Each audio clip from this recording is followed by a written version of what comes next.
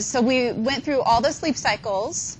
The first 4 stages are non-REM, 1, 2, 3, 4, 3, 2, and then you hit your REM cycle. I don't think I mentioned that another name for REM sleep is paradoxical sleep. They should have that noted in the textbook. But we do dream during all stages of sleep. There just tend to be some differences in what type of dreams people have. But you know, a dream is essentially a story that unfolds in your mind while you're asleep. We know that there is neural activity going on while you're asleep because we see that on those EEG printouts. They see electrical impulses are taking place, and they're in these predictable brainwave patterns. And then when you do a sleep study and they wake the subject up during their sleep cycle and ask them to report what it is that they were dreaming about, they'll, you know, ramble something off, or maybe they're told to write it down, and then they're allowed to go back to sleep. And they may not have any recollection of it in the morning, but then they'll show them the videos or whatever it is that they reported about their dreams, and then the person might recall, oh yeah, I do remember dreaming that, and other times they don't. So even in that wakeful state when you're answering questions or responding, maybe our consciousness is still, we're in a semi-wake state. And some students yesterday had a question about that, where they are walking and talking and doing things, but they're still asleep, and they kind of come to realize that they're still asleep. And in that sense, you're kind of acting out a dream. And some people have the ability to purposely make decisions in their dream. That's called lucid dreaming. Other people have never, maybe that has happened once or twice to you and you can't do it again. But we definitely see activity and dreaming during all stages of sleep. When they hook somebody up with the EEG or they have them in a scanner, we see brain activity in the visual cortex. So if you have no input coming in through your eyes because you're asleep, or you know, you're in a different state of consciousness, but we're still having activity in the visual cortex, that must mean that you are replaying out images and things that you've already experienced. And often during non-REM sleep, we will recycle the things that you experienced that very day. You'll dream about what happened to you that day, and it'll be often kind of mundane and boring, kind of routine type stuff. But then we also see neural activity hitting your hippocampus. So that's pulling in memories from long ago, perhaps. So then you might be going about your day and someone you haven't seen for years is in your dream. They're misplaced, but you just go along with it. And so your brain is just kind of randomly firing throughout these different areas that also fires in your amygdala. And what's the amygdala responsible for? Emotion. So you can have a really scary dream hitting that fear center, the fear response. Maybe you even wake up. You can have an accelerated heart rate and be like, wow, okay, I know that wasn't real. That didn't really happen. But then it might be hard to get settled back down and go to sleep. Imagine a child who's just watched a scary movie or something, maybe something really in real life happened that was frightening, and then they go to bed, and you know, it's no wonder they replay that while they're sleeping, because that is fresh in their mind, and it kind of recreates the image and the emotional response from the memory, and then they'll wake up often crying.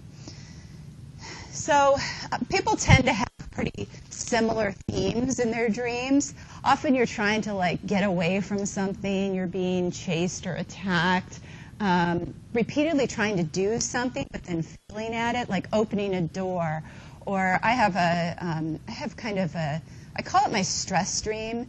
If I'm stressed at work or a project I'm working on, or for whatever reason, I have this reoccurring dream that I'm back in college, like you guys, an undergraduate, and either I'm going to a test, like to a final, and I can't find the classroom. I can't find the building. And I'm wandering around the campus and the halls, and I can't find where I'm going. Or I have one where I'm in college again, and I realize that I signed up for a class. I registered for a class, and I haven't gone since like the first week. And I look at my schedule, and I'm like, oh my gosh, I didn't go to that class, and now I've got to go and take the test. And I never went. I totally forgot I had registered for it. And it's always a math class. So what's up with that? And you know, what does the dream mean? Well, I think that the only person who can really analyze your dreams is yourself. So when I analyze that dream, I go, okay, I must have a little bit of anxieties around math, or maybe when I was a student I had some anxiety around math and being good enough, being able to make it to the test, do well in the test. But then why am I dreaming about it now? You know, well, maybe there's something else that's going on that is a pressure at work or something that's happening that brought on sort of hit that old memory center. But some psychologists and psychiatrists like to analyze your dreams for you, and that's one thing Sigmund Freud was known for. But I'd say just, you know, be cautious of that, because probably the best person to analyze it is you. Maybe it's a good starting point if you're in therapy to get you talking, but you're probably the one that can best interpret what it might mean. So people tend to have some pretty boring dreams. You may incorporate external stimuli into your dream. So if there's a television on in the room while you're sleeping, while you fall asleep, you may actually incorporate things that you're hearing into your dream. Or if somebody is pressing up against you, or like if your cat is, I have that dream where I'm trapped and I've fallen in the woods or something, and there's a tree trapped, got me pinned down, and I can't, and I'm like, how am I going to get out from underneath this tree that landed on me? And I wake up and it's the cat, you know, laying like this down the center of my legs, and she really does literally have me pinned. So we use external stimuli. So this is another mystery of sleep and our level of consciousness, how, okay, you're asleep, but you're incorporating external stimuli. And then the lucid dreaming is having control. You realize you're dreaming, and then you go, oh, okay, I'm going to go back and do this again. I'm going to run this way. And you have good control of it. Some people can naturally do that. There are psychologists who claim that you could practice it, and you could do some meditation and learn how to get better at lucid dreaming. I know that my son Camden has told me since he was about 4 or 5 years old, he will tell me about a dream, and he say, well, I decided to do this, and it kind of like he's playing a video game. And I said, do you mean you really are making choices in your dream? And he's like, yeah. Like he thought that was totally normal. And I said, but that's special talent that you can do that. And last year I was talking about I had a bad dream, and I was telling John about it. It was somebody in our family had died. I mean, those kind of dreams are really kind of scary, right? You wake up and you're like, wait a second, that person didn't die. And so I was telling him about it, and I said, yeah, and then I was being chased. And Camden said, well, why didn't you produce a lightsaber? And I said, what do you mean? And he goes, well, when I'm in a dream being chased, I just get out a sword or a lightsaber. And I said, well, I don't have that special ability. I can't do that. And I couldn't wake up. Other people can make themselves wake up. So it's not unusual. Usually this is happening during non-REM cycling, okay? So Sigmund Freud said that we could take dreams and analyze them to learn about your unconscious. And maybe that's revealing something about your psyche and why you have so much dysfunction in your life. And so he wanted to take, that manifest content, so dreaming about being chased or attacked, then he would interpret that as having some symbolic meaning to it. It was often always something to do with sexual repression or repressed aggression. And so contemporary psychologists today say, hey, there's not, symbols in everything. Sometimes a cigar is just a cigar. just because you're dreaming about cigar doesn't mean you're dreaming about phallic symbols and penises and stuff, right? Because that's kind of, Freud was really pretty literal in anything oblong shaped that you dreamt about was a phallic symbol, or this sort of fear of sexual intimacy. And, we know that is just too much in the, check the boxes off in analyzing people. But sometimes you can get someone to keep a dream diary to start to just become more aware of maybe what these thought processes are. Or, if you're having repeated nightmares, what does that mean? What is it all about? And then it can be a talking point when you are in therapy if you're having some kind of problems. More of a looking at neuroscience theory as to why we dream. Maybe it's not about something about our unconscious and our problems, but more simply, you don't have that external stimuli because your eyes are closed and you're not interacting with your environment. So your brain is sort of having these random neural signals. It's being activated from your memory bank and from that little tape recorder or movie player that's stored in your brain. And as those neural signals are firing, and they'll be firing your motor cortex as well, which is why some people then might act out parts of their dream, and hitting through your limbic system, your emotional centers.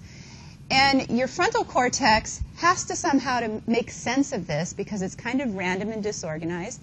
So your frontal cortex turns it into a story. And we just kind of go along with it. You can be dreaming the most bizarre thing, and unless you're a lucid dreamer, you don't object to it. You just keep going along with it. And then later when you wake up, you might go, wow, I can't believe that I just went right along with it. It didn't seem abnormal at all. And sometimes we don't remember our dreams right when we wake up.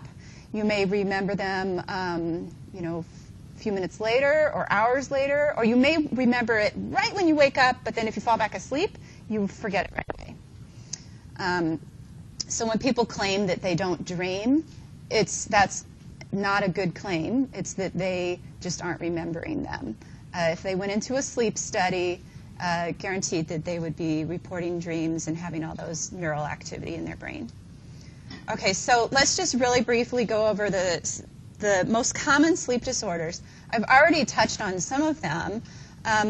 The first big category are called the dysomnias, and sort of by definition, a dysomnia is having trouble getting to sleep or staying asleep or having interrupted sleep. You're not having those nice cycles take place. You're not getting, the proper REM to, or non-REM to REM. And insomnia is the most common of all sleep disorders. So, and it's a chronic problem in getting the good night's sleep, not a temporary insomnia that you can attach to either having a cold or being stressed out about something at school or in your job, or because there's a baby that you're waking up for at night and that's kind of messed up your schedule, but really a chronic thing that has been going on over a few weeks' time. Then, so it's both falling asleep and staying asleep. So some people, once they finally fall asleep, they're okay. Other people can maybe fall asleep initially, early, 10, 11 o'clock, and then they keep waking up every 2 hours. It just kind of depends on your age and how severe the insomnia is. So, yes, it can be related to mood disorders and stress, but also don't forget to look at medical conditions. If a person is on a medication that could be disrupting their sleep, then that could be the issue. If they have, my medication was doing that. you want to look at the whole picture. And usually when you first go in to see a doctor, if you're having sleep problems, they'll do a screening to try to figure out, well, what's everything that you're taking, what's your diet like, what's your exercise regimen, how are all those different things influencing it. I mean, if you drink caffeine before, you might discover that you can't drink caffeine past like 3 p.m. Is anybody like that here? So you kind of know, like you like your caffeine in the morning, and you can maybe even have it at lunch, but then you've realized that if you have it at dinner or if you have it even late afternoon, it affects your ability to fall asleep at night. And that's just your brain chemistry. It's unique to other people. Can drink an espresso and then go to bed. Okay, that's just because everybody's brain chemistry is different. So another one is called hypersomnia. Now, if insomnia is not getting a good night's sleep or having interrupted sleep, what do you think hypersomnia means? Sleeping too much, right? Sleeping all the time. And hypersomnia tends to be a symptom for people with mood disorders, with depression. Or what can happen often with people suffering from depression is they will have insomnia, and then that will feed, the lack of sleep will feed their low level of mood, and then they won't go to work or school because they can't get out of bed, and then they might sleep all day. It kind of turn into like sort of nocturnal habits. Okay, what's narcolepsy? Yeah, it's like falling asleep suddenly. Yeah, go ahead, share. It's not necessarily true. Okay. Narcolepsy, and it's just kind of going randomly in and out of REM cycle. And your REM cycle is not, like, I don't have that REM cycle. I don't go 2, 3, 4, 4. It's like REM 3, 4, 5. It just jumps around. And so sometimes I have insomnia. Sometimes I have hypersomnia. Like, I just can't sleep. Sometimes I sleep all the time because it's just random. I get extremely exhausted. Sometimes I can't drive. Yeah, so you don't cycle properly. You're not going through the stages, which could mean that you suddenly fall into REM from wakeful state to REM. Yeah, I've never had the problem where I just fall asleep randomly. I'll just be sitting there and all of a sudden I'm just asleep. Right, like they show in the movies. Yeah, it's pretty. I've never even met anybody with I know a lot more people with narcolepsy. None of them have that problem. Yeah, I mean, you have always been very alert in class. Other students that I've known in past classes with narcolepsy often look very, very fatigued. And it's because they're having problems with their cycling at night, or the medication that they're taking to help keep them awake when they want to be awake and then sleep when they want to sleep isn't balanced correctly, or they're having a hard time figuring out what medication to be on. But narcolepsy, you could have these micro sleeps, they're called, or a sleep attack. So you could kind of slip into it really quickly and then back out. It's not a seizure. You really are falling asleep and then waking back up, so maybe driving and stuff could be dangerous. So most people with narcolepsy are on some kind of medication, although you could use milder forms of stimulants like caffeine, right? So sleep apnea, we've already talked about quite a bit. It's an obstructed airway causing the person to repeatedly stop breathing and waking up throughout the night. They can use a continuous positive airway pressure machine, and they've gotten better in the size and weight of them. There's portable ones that people can travel with. Obviously, you want to try to, I think most people that have sleep apnea don't like having to rely on the CPAP, and there's other types too. So what that does is it forces air through your nasal passageway constantly to keep the airway open. And it might be kind of annoying to other people if you're sleeping next to someone that's got one going. But I've heard there's smaller ones that they make now. Obviously, if you have a serious medical conditioning like being obese or overweight, you should try to take care of that. Or if you have a deviated septum, maybe they can do surgery and take care of it that way. So those are also the dysomnias. So do you understand that, how the dysomnias are problems with proper sleep in your stages, getting to sleep, staying asleep, and going through non-REM and REM cycles. Okay? Interrupted. Now the parasomnias, now you don't really have a problem falling asleep and staying asleep. You stay asleep all night, but then stuff happens while you're asleep. Weird stuff happens, and you may or may not be even aware of it. Maybe other people in your family tell you, hey, you got up and went to the kitchen last night and left a bunch of cupboards open, got out the milk, left it on the counter, and then it came. Somebody did that. Who got up, and come to find out that maybe you're sleepwalking. Night terrors is not like a nightmare. A nightmare is a bad dream. Usually you wake up, and a night terror, screaming and crying, may sit up in bed, more common in children. They may just cry through it and then go back to sleep. Usually you want to just make sure that they're safe and that they're not going to fall out of bed or get out of bed. But if you wake them up, they're probably going to be confused. Same thing with sleep talking or, last summer, Quentin fell asleep on the couch and he started laughing and his eyes were like half open. And he was kind of pedaling his feet and kind of squirming around on the couch, and he was just laughing.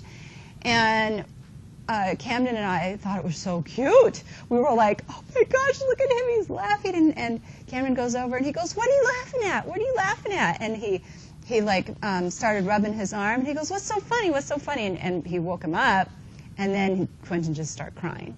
He goes, what are you talking about? What are you talking about? So I was like, were you having a funny dream? And then he just, kind of lost it. So you can probably just, get them back to bed, make sure they stay safe. Usually people grow out of it. However, you do hear of adults that will sleepwalk or sleep talk. Stress might bring it on, or being overly tired. So if you've had, say you worked a double shift and you've been up for nearly 24 hours, and so you are absolutely spent. When you go to bed, I think I mentioned this the other day, the longer you've been awake, the more non-REM sleep you're going to have, and then you're going to have shorter REM cycles. So that leads us to believe there's something about non-REM that's important for just restoration and recovery. And so that's when the sleepwalking and sleep talking occurs, is during non-REM cycles. So if you can kind of figure out maybe what's setting it off, then that could maybe be a way to treat the sleepwalking or sleep talking. Sexsomnia is exactly what it sounds like. It's acting out sexually while you're asleep. So either on yourself or on somebody next to you. It could potentially be dangerous, right? What if you have an unwilling partner sitting, next to you, or be disruptive to their sleep? You might not think to get out a condom if you're asleep. So it could potentially be a bad thing. I don't know how common it is, and it could just be an excuse for bad behavior. I don't know. But it is a real thing. It is a real thing. SRED, sleep-related eating disorder. Okay, this one is related to sleepwalking because you got to get up out of bed to go find something to eat. This one could be really dangerous because when they have observed, when someone's discovered that they're eating while they're asleep, they find that they eat huge quantities of food, like binge eating, but then that they also may not necessarily be eating food because you're asleep. So you could reach for something thinking in your dream it's orange juice, but it's laundry detergent or something, so then you'd kill yourself. That would be bad. One of my best friends from college, her dad was extremely overweight, like morbidly obese, like 400 pounds. And he did this snoring where the whole house shook. And they knew he had some insomnia and everything. And in the morning, like the fridge would have been raided, stuff is gone. And so they just thought, Dad has insomnia and he's sneaking food at night. Well, not so sneaky when all this food is gone, but that's what everybody in the family just kind of assumed, that Dad was getting up and and doing these binge eatings in secrecy. Well, but then he wouldn't own up to it. So they'd say, Dad, you can't get up in the middle of the night and eat all that food. It's not healthy. And he'd deny it. He'd say, I didn't eat that. And they said, well, who else ate the whole roaster chicken last night that was in the fridge? And he's like, it wasn't me. I didn't do it, I swear, So then one night her mom got up and followed him. She wanted to catch him. Looks at him, and he's pulling out of the refrigerator a stick of butter and eating the stick of butter. Now, he unwrapped it. And then she looks at him, and she called out his name, and he was unresponsive, realized he was asleep. So they took him to the UW Sleep Center, did a sleep study. He had severe sleep apnea, which makes sense, right, with the snoring. So every time he would stop breathing because he was so big, and then he would get up and then act out his dream eating. So they got him a CPAP. That solved the sleep eating problem. They did lock up the refrigerator, put locks on the fridge and cabinets and stuff. But then that machine, every time he would get up to act out his dream, he would wake up and be like, oh, I can't get up, I'm strapped to a machine. So it kind of solved a couple problems. And he did lose a lot of weight, but I think he still has to use that machine. Yeah?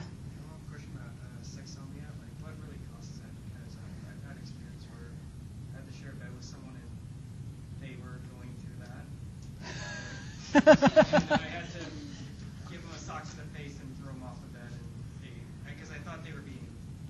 I didn't know that they were asleep at the time. You didn't know what was going on. I wake up to this guy. Was he pretty surprised too? Yeah. Yeah. What the heck was going on? Why I punched him in the face. Yeah. So everybody has sex dreams, and sex dreams tend to be during REM cycle, but you could be just like any dream. You could be replaying out something that you watched on TV or something that you really get your own room.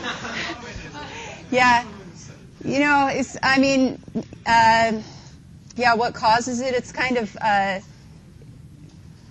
Freud would say he must be repressed and he's trying to act it out. I don't know. It's just whatever you've been exposed to or been experiencing that day or thinking about, you'll often dream about. Sometimes if someone hasn't had sex for a while, and so the thoughts have been building, we'll have a lot of sex dreams. Or right after sex, have sex dreams. And go, whoa, okay. Okay, and then REM disorder. This is where, during REM sleep, your motor cortex does not activate. And the hypothesis behind that is that then you don't act out your crazy dream of, flying out the window or something. So everything's suppressed, so you have, sort of a paralysis. You don't move around. You don't shift during REM sleep. You lose sort of muscle control. So someone occasionally may not have that happen, and so they may act out their dream. And usually it's in the form of punching and kicking. And I had a friend that's husband did that, and she got socked in the jaw and total purple whole back side of her face. And she said it was really kind of mortifying because she was like, yeah, my husband hit me. And then she's like, no, yeah, we were asleep. Wait, no, that sounded bad too. It's like, yeah, so, you definitely want to go to the sleep clinic and get help for any of these disorders. Yeah. So sometimes when I'm just about to fall asleep or something, I have this realization that I can't move, and I have to force myself to actually move, and then I wake up and it's like I'm breathing heavily and stuff. It's like I'm stuck. Yeah, yeah, yeah. So you're kind of coming out of it, but you're sort of in between stages. Yeah. So does anybody else have that sort of sleep paralysis? And you're waking up, so your mind is waking up. That will happen sometimes, especially if you're having a really emotionally charged dream. Maybe you're not totally aware of it, but you have, or an alarm goes off and wakes you up, and so it wakes up your frontal lobe to be listening, hearing that alarm, but that's too fast and everything else is still suppressed, and so you can't move your body. or if you have that emotionally charged dream that kind of wakes you up, but you're still in that sleep paralysis stage. So you're kind of in between. Yeah, one more question and then we'll move on. Sometimes when I'm dreaming, I'll wake up and then I'll still say bees were on me. And then when I wake up, I still have that tingling feeling. That happens to me all the time. Yeah, it's very powerful when you think about, well, remember how we've talked about how pain is a perception? So you can take medication that blocks the neurotransmitter, impulse from whatever injured part of your body up to your brain, but it doesn't mean you aren't still hurt. Your perception of it is blocked. So then why not be creating these stories in your mind while you're asleep that are also sort of sending out signals? It's a perception. Nothing's touching your body. And that's why those sleep studies are so interesting. They wire you all up. That's why the sex sleep studies, they really wire you all up and see all these physiological changes. It's pretty crazy that you're not having anybody touch your body, yet you're having physiological responses and sensations. And I mean, how is it that we can taste chocolate in a dream? How's that even possible? So maybe it's the memory of the taste of chocolate that's then that synapse is firing. I mean, have you ever had a dream where you're eating something and you really feel like you're experiencing it? Those are nice dreams, yeah? The ones where you're getting attacked, those are not the good ones. Okay, let's watch this video clip on sleeplessness. That is a bit of a good segue, talking about taking medications to help you sleep or wake you up or keep you awake, because now we're going to talk about chemically altered consciousness.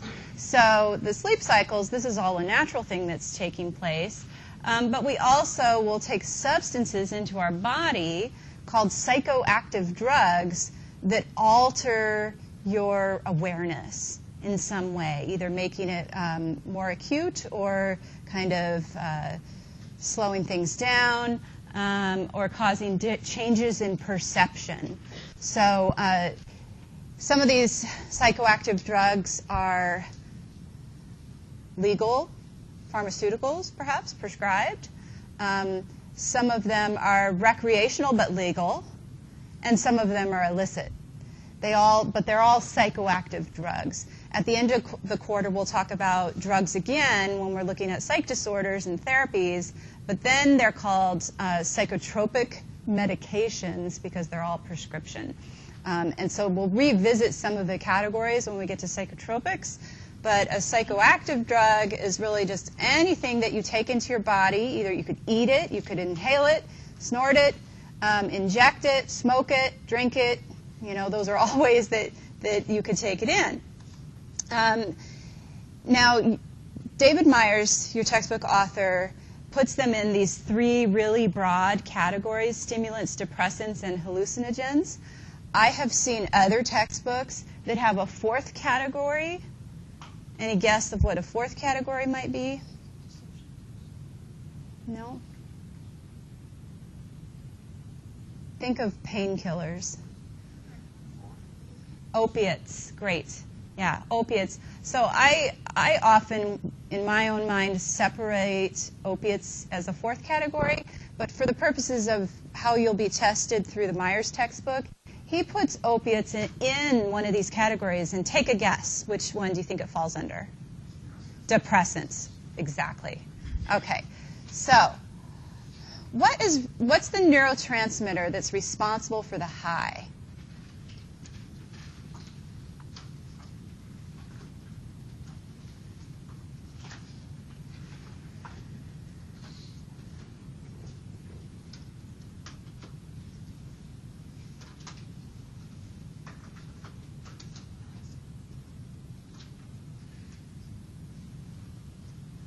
Three, two, one. All right. Good review question there, right? We've talked about this before. So dopamine, that's your reward center. We are naturally releasing dopamine throughout the day as we are experiencing interactions with other people, or it has to do with just simply being awake, moving your body, the sun shining. This is all indirectly releasing dopamine. But because that's then our reward center, so anything you perceive as being pleasurable, then we know, hey, you must be releasing some dopamine in your brain.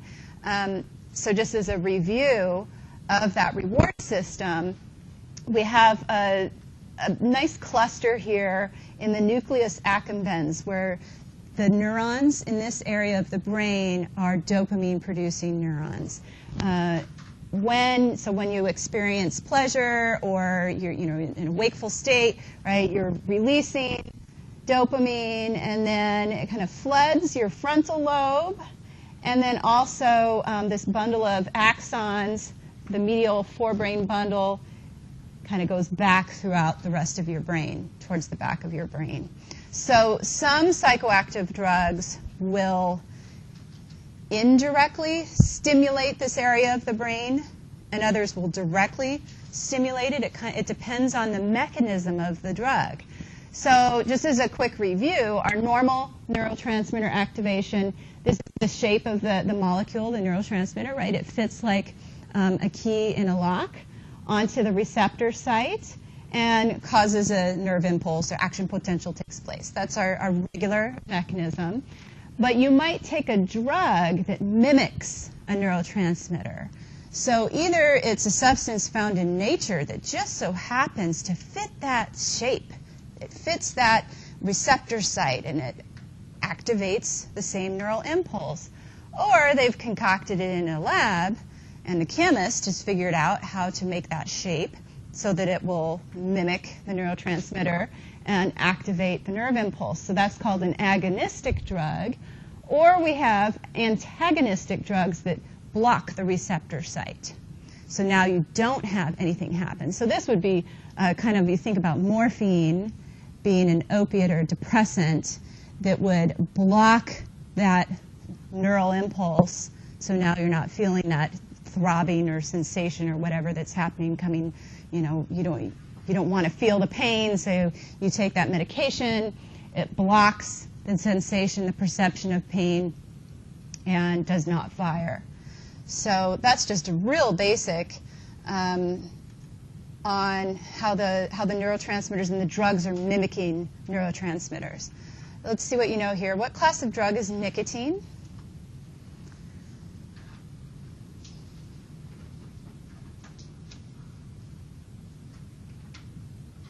You find nicotine in tobacco, right?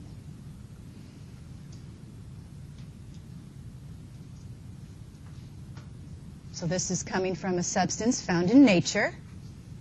Sometimes students ask, how did people figure out how to smoke that or eat that? Well, you're foraging for food. You taste it. You go, okay, well, these mushrooms were good in the stew, and these mushrooms over here, woo, there was something different from those. So let's save those mushrooms for after dinner. I mean, people just figured it out, stumbled upon it. People have for all of time, all of recorded history, been trying to alter their state of consciousness, whether it be spiritual, being closer to nature, or closer to just elevating themselves. They could do this through dance, through music, through rituals, and then discovered all these different psychoactive drugs.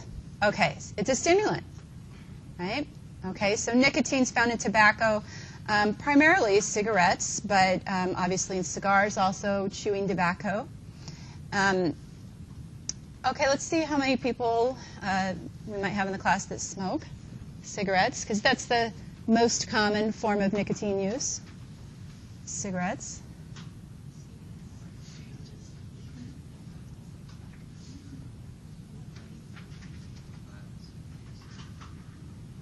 Okay, well, that was pretty fast. I think everybody answered. Okay, so you guys are a really solid reflection of the changing demographic in our country. Even just as short as 5 years ago, I think it was about 25% of Americans smoked. It's down to about 18%. I mean, it's really declining. And I think that everybody knows smoking is bad for your health. And I think that having that put into a lot of the public policy and like having restaurants and places of business, certainly government buildings be smoke-free, and getting that, message it's obviously worked because 91% of the class doesn't smoke. Now, maybe some of you used to smoke, and we'll ask some questions about that. But it has definitely changed. And oh my gosh, I'm so glad that they don't have smoking for non-smokers. They used to let people just would be smoking. I don't think they would smoke in class, but in the offices they would have been. And I mean, I even know when I started working at Boston University, the secretary that worked there, she'd been there since the 70s, and she said that, and she had kind of a deep throat kind of classic like indicator that you've smoked for many years, and she didn't smoke anymore, but she said, well, one reason why I smoked was because all the other people in the office smoked. Everybody smoked. So if you didn't smoke, it was kind of like a pain, and then once you start it, then you get addicted. And so I just can imagine that, going into your office and having everybody at their desks sitting and smoking. I definitely remember going to restaurants. Do any of you remember that, when there was a smoking section? Some of you are really young, so you don't even remember that. What about on the airplane? Does anybody remember that?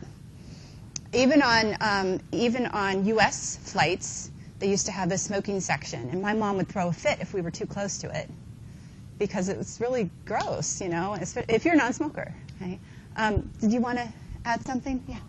Oh, yeah, Kelly. Okay, so you said that there used to be, I guess, high school, 5% it used to be of those who smoke, but if that's gone down, how much of it has gone over? I wonder, I don't know if you know, but like to the e-cigarettes, like I know my brother and like tons of my friends and like all of his friends, they used to be smokers, and so now that maybe they're not considered smokers, and they don't always even have nicotine in the little vaporizers that they use. Yeah, the electronic cigarettes.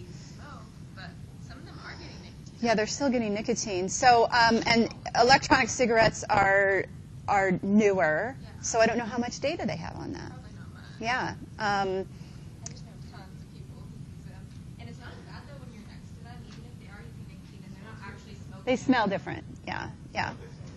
Yeah. So let's move on, because we still have a lot of categories and things to talk about. But okay, so we only have 3 people that smoke and don't even smoke maybe a lot. But if any of you that responded never, what about if we have any past smokers, people who smoked, and have quit?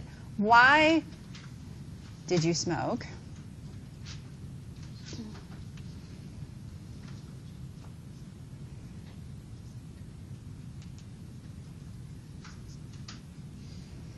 Three, 2, 1. Okay, so, for the effects, what it does to your brain, the experience, taste, touch, social, addicted, and so maybe it started out as something along the lines of being social, and then you go, oh, I like the feeling. And now if you actually are addicted and you've tried to quit, there are some pretty negative withdrawal side effects trying to quit if you're truly addicted. Unpleasant side effects. So when they look at the data to try to figure out who smokes and when did they start smoking, no surprise, most smokers start when they're teenagers. So, and it's usually because their peer group is smoking, or they're experimenting, and while it's normal to have a certain degree of experimentation, if it's then socially accepted in your peer group, then you're more likely to engage in it. And you see, it's hardly even on the chart for someone who smoked in the last 30 days and they don't have any friends that smoke. So just like a lot of things in adolescence, there's a lot of conformity and pressure, and you kind of do, what your people you hang out with do. And then next thing you know, if you're addicted, then it's a habit. So most people don't start out smoking and go, oh, I'm going to do this for 40 years. It's the here and the now, and that's a lot of that adolescent thinking is that they don't have the brain maturity, you haven't had synaptic pruning take place yet, and everything's in the moment. Impulse control isn't quite as good, so it's in the here and the now. So you start smoking, I'm just doing this right now, right? I'm not going to do this, 5 years from now, 10 years from now. They're not thinking that, but then if you get addicted, then it's just really incredibly hard to quit. And I have known people that were smokers for a few years or several years, and in describing their cravings and their agitations, the thing is, the nicotine hits your brain within seconds after you first inhale. So what it does is it's a negative reinforcement. It takes away the unpleasant feelings of the jitteriness. So then people say, well, how can it be a stimulant if it seems to calm me down? Well, that's for someone who's addicted, because it's negative reinforcement. It's then calming down. You're feeling the withdrawal effects, jittery. Take in that first inhalation, and the nicotine hits your brain within seconds, and then you get that satisfying feeling. It's triggering all sorts of different neurotransmitters in your brain, stimulating all sorts of areas in your frontal lobe. If you're not a smoker and you've tried a cigarette, okay, so who's not a smoker and has tried a cigarette? Okay, so you get lightheaded, right? First your throat burns and you're like, why do people like this, But then you get kind of lightheaded, and that's that stimulating effect. You might even get dizzy. You might, so then you kind of wonder, well, how do people drive while they're smoking? Well, they build up a tolerance and they no longer get that effect, but then they become dependent on that feeling, and that's what addiction is. But then nicotine is also positive reinforcement because of it maybe making you somehow feel more calm and in control. But it really does, of course, impair your lung capacity, impair lung function, and can cause lung cancer and all sorts of other cancers. But it also increases your heart rate and blood pressure, so then it could be a problem for heart disease. And then it reduces your circulation. So it actually can impair your ability to taste, sensation, even having good, like you might touch something that's really hot and you don't even really realize it's that hot. Your sexual functioning can go down as well because that's circulation, right? Yeah, question? How is it that some people can also stop smoking? You smoke for 45 years, and then you just quit like 2 days before Cold turkey? Went cold turkey? He hasn't smoked since. Yeah, everybody's brain chemistry is unique, and I'll just keep saying that as we're going through the rest of today, as well as into talking about psych disorders and why do some people have these abnormal levels of neurotransmitters, and how was he able to go through the withdrawal process so quickly. I actually smoked kind of recreationally the summer that I was in Italy because everybody was smoking in Europe, and it was kind of that same thing, and all the Italian men, they'd be like, no, Diana, cigarette, and I'd be like, sure.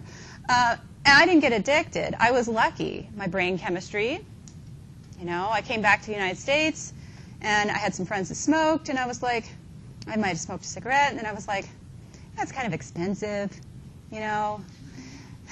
and not, and I it made everything smell on my clothes and my hair, and I obviously wasn't physically addicted, so I just didn't buy a pack. I don't know that he wasn't addicted for 45 years, but somehow he just quit cold turkey. It's like if you want to quit coffee, you can do it. You're going to have some withdrawal. You're going to have some headaches for 3 or 4 days, but you can do it, and then you're off caffeine, right? So the more powerful the drug is, the harder the withdrawal is, but it also depends on your unique brain chemistry. But then also remember, some people smoke for the social rewards and for a tactile thing. Does he chew gum or anything now instead? No, but he's had like a triple bypass, 3 strokes. Oh, that's pretty good motivation. Yeah, having a major health scare is really good motivation to quit smoking. Yeah. Okay, let's move on to our next drug here, ecstasy. Ecstasy is a really broad name for a lot of different things. I've learned this. I've been schooled by some of my younger... Have you tried it? Whenever I can. But that's not Okay. Stop it there. Okay, so a couple people have done it a lot. 3 people just 1 or 2 times. Most of you know and don't care to try. Okay, so do you think ecstasy is a very harmful drug? Because you've probably heard a lot of different things.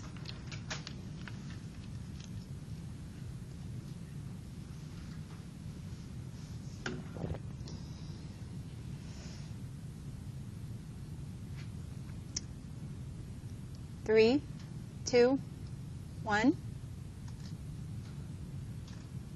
Okay, so even with 1 time, if done regularly, if abused, not sure. No one thinks it's totally safe. Okay.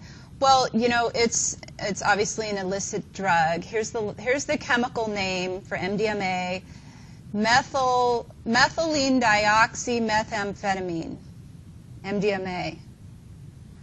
So, but ecstasy can be a concoction of other things mixed with MDMA. This is what I've learned.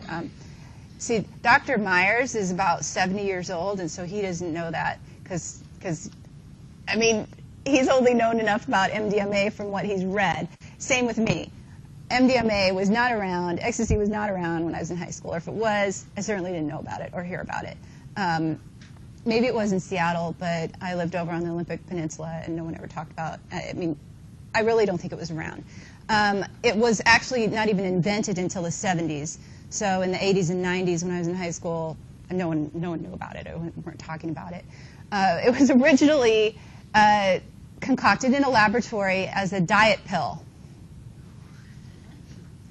Yeah, because it suppresses your appetite. Well, then they come to find out that it stimulates the release of serotonin, and serotonin is that happy, calm feeling, not a elation feeling, but I'm at one with the world, I'm at peace, and it kind of heightens all your senses, and so it became known as a party drug or a club drug, and it has these stimulating effects. But it's also really kind of a hallucinogen, right? But it's in the stimulating category because of that methamphetamine. But what does it do to your body as side effects? Does anybody know? Yeah? Puts holes in your brain? Eventually, yeah. Yeah. Methamphetamine is the one that really eats holes in your brain. Yeah, so right when you're on it, it increases your heart rate, and you get really hot.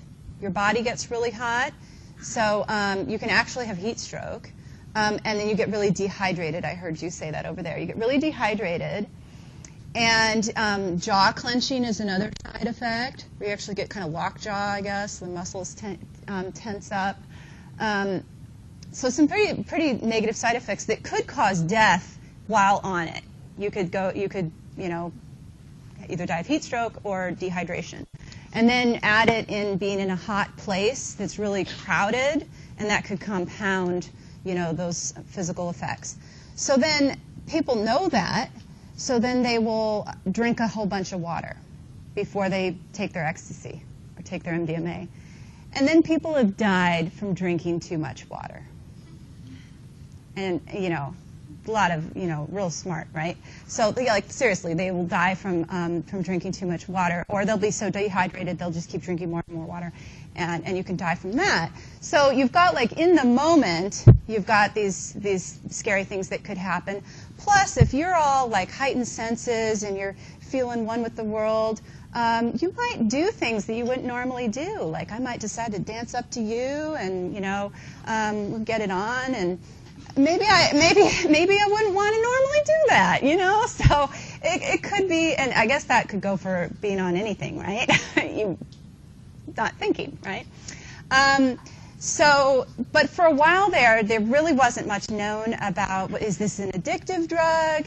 They don't really have a lot of evidence showing that it's addictive the way nicotine and caffeine and alcohol are, but it definitely is having an effect on your brain. And so the red areas here are your storage of serotonin.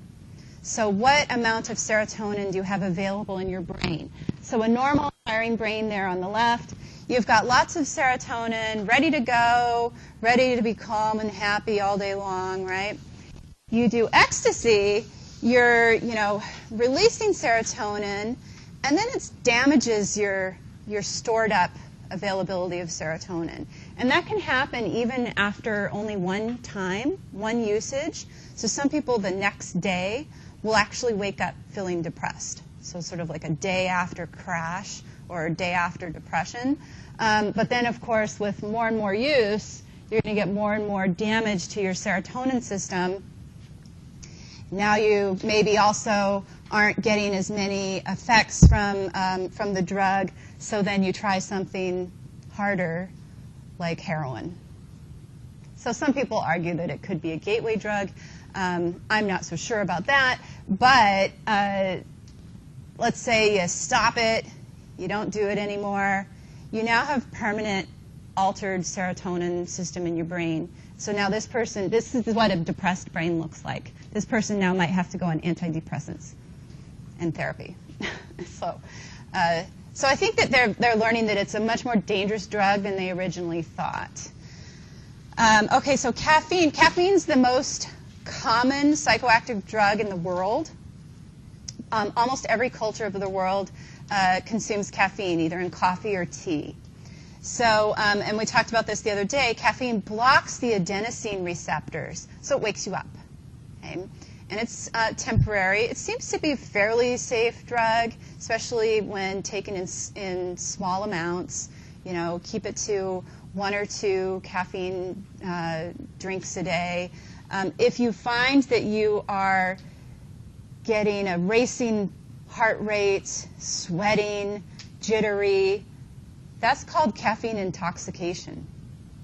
You're drugged up on caffeine. You had too much. So you need to back it off, because that could be bad for your heart. Plus, it's not really a very pleasant feeling. Has anybody ever had a caffeine intoxication? And you're like, oh my God, and you realize that you had, 2 espressos and a Monster drink and something else, and you're like, oh, well, yeah, okay, too much caffeine. If you want to get off caffeine, it takes between 3 and 5 days. It's a slow, you can slowly withdraw from it, go from half caffeine, half decaf, and then go to decaf. There's minute traces of caffeine in decaf coffee, and then back all the way off if you want to quit. Nicotine we already talked about. Other amphetamines, Benzedrine, dexedrine are prescription medications. But then methamphetamine, of course, is an illicit drug, originally designed, again, as an appetite suppressant, but now it's been concocted in a number of different ways with all sorts of different household chemicals and, things that you get out of your cold medicine. And that's the one that can have really devastating effects on your brain. It is a stimulant, but it also has some hallucinating properties to it, and extremely addictive. Some people will get addicted after just one use. Cocaine is a stimulant that is derived from the coca plant, not to be confused where we get coffee and chocolate from? That's from the coca tree. Different source, okay? They used to put cocaine in Coca-Cola, but they don't anymore, okay? They don't anymore. But cocaine is a very powerful stimulant because it blocks the reuptake of not only dopamine but also serotonin and norepinephrine. So you've got all sorts of, neurotransmitters just keep bouncing around in your frontal lobe and popping around, and that state of euphoria is just really heightened and erratic. And if you do too much, then you might actually have, a hallucination or something that looks kind of psychotic. You might act psychotic. And then MDMA we talked about. Okay, and there's there's a website that you can find online all about these methamphetamine addicts and how it just dramatically changes a person's appearance. It rots your teeth, depending on what is in it, what kind of chemicals has been put in it. Rots your teeth and your gums. She maybe has clawed at her face because if she's experiencing hallucinations or thinks she's got bugs under her skin. She may have also put herself in situations where she's been abused. You never know. And then if we were to look at her brain, she's probably lost some dopamine receptor sites and maybe even had tissue damage then. So what you were talking about with eating holes in her brain. Okay. What class of drug is THC?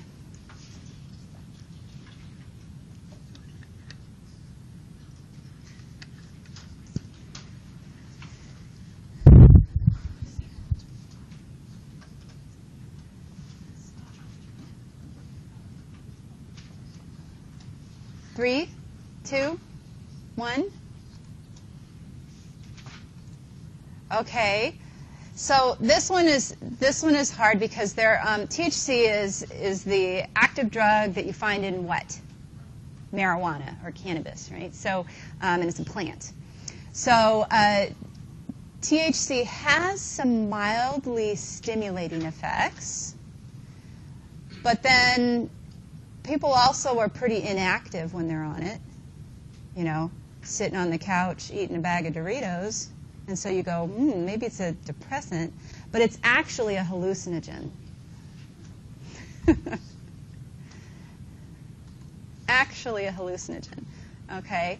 Have you tried marijuana?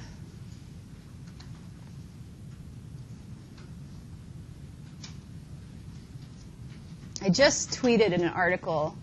Hey, if you want to learn more about what's going on in the world of psychology, follow me on Twitter, and that's all I do on Twitter is post psychology articles.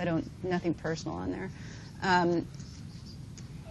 So it was about, is marijuana really bad for my teenager? And the guy said, yeah, it is. So a few people have tried it. If you're 21, it's legal, right? So that could create some confusing messages if you go, okay, it's legal, but alcohol is legal at 21 too, so it must be okay. That's sort of the conclusion that you might come to.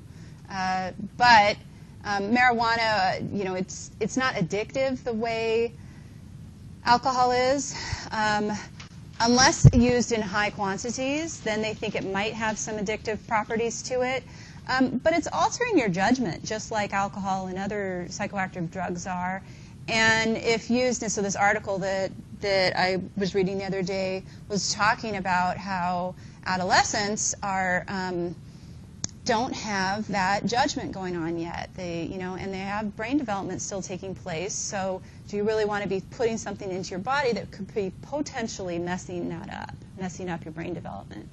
If you tried marijuana, is that going to alter brain damage, forever the way that maybe trying methamphetamine will? No, I don't think so.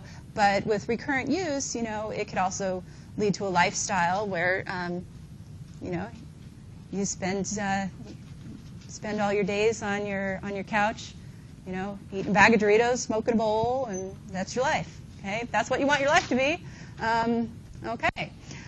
So what THC does then is acts like anandamide, which is a natural pain reliever. So this was the impetus for medical marijuana because people found that it was the only thing that helped after chemotherapy and or other medical conditions.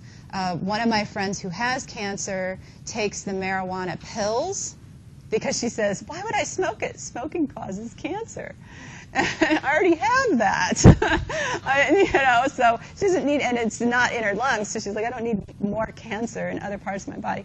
So she's just kind of teasing. But she takes the marijuana pills, and not only does it help with her pain, it helps stimulate her appetite so she can eat after chemo. So it's been, so there's some controversy as to this could be therapeutic. Maybe there's purposes that we could channel it towards. LSD has no therapeutic purpose whatsoever. It's acid, right? Somebody discovered it and went on a nice little trip spiraling down to death and then came back out and they said, wow, I could maybe sell this. And so someone who does LSD, you could do it just once, and then, years later in life, you could have a flashback that's like a near-death experience. And so it's a dangerous drug. Psilocybin, what's psilocybin? Shrooms, magic mushrooms. Also probably not addictive, but can, alter your judgment.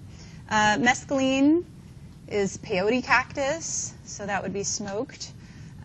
Milder than cannabis, which is marijuana. And then these designer drugs, ketamine, PCP. Ketamine's an anesthetic. I mean, it's actually used in medicine on humans. We more often think of it as being used in vet clinics, but they do use ketamine as an anesthetic for humans.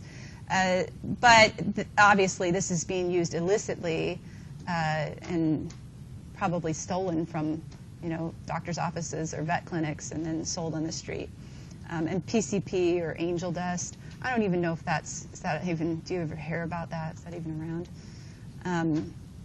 Okay, then our last big class of drugs here are the depressants. And we've talked about alcohol before, and alcohol increases gamma-aminobutyric acid that slows down your brain activity. So by slowing down your brain activity, you are slowly losing judgment and then motor actions, and it kind of keeps moving down your brain through there. It inhibits acetylcholine, and acetylcholine is important for memory formation. So if you're drinking alcohol, your brain activity is slowing down and it's inhibiting the ability to form memories, you might not really know or have a lot of control over what you're doing, then you don't even remember what you did. And then it indirectly increases dopamine. Okay. Used in moderate levels, there might be some health benefits to moderate intake of alcohol. The problem is, where's that balance? And can you keep a balance of, moderate alcohol intake? For a while there, they were saying, red wine, drink red wine, a glass of red wine every day. It helps longevity and heart health and blah, blah, blah. But then they come to find out that actually the chemical compound that's in the red wine, for it to really have the effects, you'd have to be drinking massive amounts of red wine. I think in moderate amounts, it maybe has been correlated with good health. But the problem is it's so high in calories. And, how is this balancing out your diet if you're taking in a huge amount of your calories through alcohol that's really empty calories? And then depending on your genetics, your brain chemistry is going to depend on how you respond to it. So if there's alcoholism in your family, then you got to keep that in your back of your mind and go, well, I might be susceptible or more prone to alcoholism because of those genetics. Also, females can't drink as much as males, regardless of your size. So you've got a man and a woman that both weigh 150 pounds. So they're the same size. The woman can't drink as much. Her metabolism is slower. Now, the more and more you drink, and more often you drink, you build up a tolerance, and then you can drink more. But then it's kind of like, I always thought that was kind of crazy, like almost like an oxymoron, like drink, drink, drink, build up your tolerance. We got to, you're a cheap drunk, and it's like, what? Like, I mean, that mentality is, and we've all probably been around that and heard people talk like that, but it is a little kind of messed up when you think about it. Why not be a cheap drunk? Or let's not be drunk, okay, but why not only have one drink and be enough, right? That's my point. Okay, barbiturates, prescriptive sedatives, seconal nembutal, Quaaludes would be the street drug. I don't think anybody's dealing in Quaaludes these days. Tranquilizers, Xanax, Valium, Ativan, right? They slow down brain activity. And then the depressants that are opiates.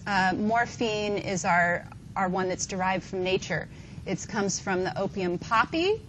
And then the chemist withdraws codeine from morphine. And so a lot of times you'll get a prescription that's got Tylenol with codeine to try to have these sort of less potent degrees of morphine so that you don't get addicted to it. Most people don't get addicted to it. Most people use them responsibly. But because it is a powerful drug, and a lot of people will do just fine taking extra strength Tylenol and realize that they don't even need to have something that's a morphine-derived drug. But if you're, in the hospital or you've had surgery, you might be given Demerol or OxyContin or Percodan. And then, of course, heroin is a synthetic that's an illicit drug, and it's very powerful and very addictive. All of these addictive drugs, because they are either indirectly or directly stimulating the release of dopamine, or in the case of cocaine, blocking the reuptake of dopamine, they screw up your natural receptor site availability. They damage it. So if you're doing all these drugs that are artificially stimulating dopamine, now all of a sudden eating ice cream that used to stimulate dopamine, not so exciting anymore. Or seeing your friends that used to stimulate dopamine, not really enough. And so your brain kind of stomps on its own producing those neurotransmitters, and then you damage the receptor sites, which is the ability to actually receive the impulse. So that's why they say once an alcoholic, always an alcoholic. Your brain remembers. So now all of a sudden you go back for a drink again, and boom, your brain goes, oh, I remember that, because, she's deprived me of that. So you see, here's our comparison subject, and here's the drug abuser. And I want to ask, because we're running out of time, so substance abuse versus substance dependence. There are a lot of people who abuse drugs that may not be physically dependent on it, right? If any of us have ever been drunk, you abused alcohol that night, right? If you had a binge where you had 5 drinks, so for females it's 5 drinks in a row or more, and for males it's 6 drinks in a row or more, and a 12-ounce beer is equal to a 4-ounce glass of wine is equal to an ounce of whiskey or some liquor, right? They're all equal amounts of alcohol. So if you have binged like that, that means you abused alcohol that night. So some people will have sort of recurrent substance abuse, maybe not have these physical dependence. The indicator is if you have withdrawal symptoms and if you build up a drug tolerance. You need more and more of the drug to feel the effects. But then also showing that you're having problems, problems with your family. Maybe even if you think you are still high functioning, you're not really abusing, you go to work every day, you're like, oh, I'm a good person. But if the people you live with are mad that you're spending so much money on alcohol, or they are upset that you're making a mess and not cleaning it up because of alcohol, then it's a problem. In some way, it's creating some kind of problem. Okay, we'll skip that question. Let's get to our question that we're obviously running out of time. Give you a chance to vote. I really wish we could have talked about it because there's so many pros and cons.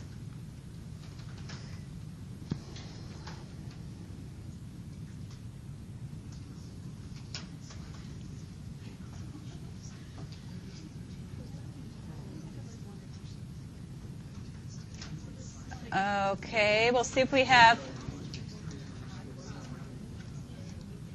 Okay, so some people say they're waiting until they're 21, but pretty much everybody else started as a teenager. And now let's ask our question here. Should the drinking age be lowered from 21 to 18?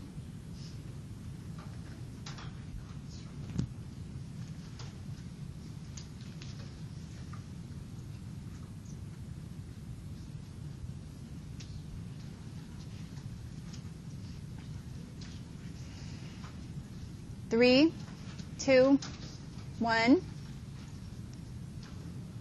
Let's see. Wow. Oh, it would have been such a good debate.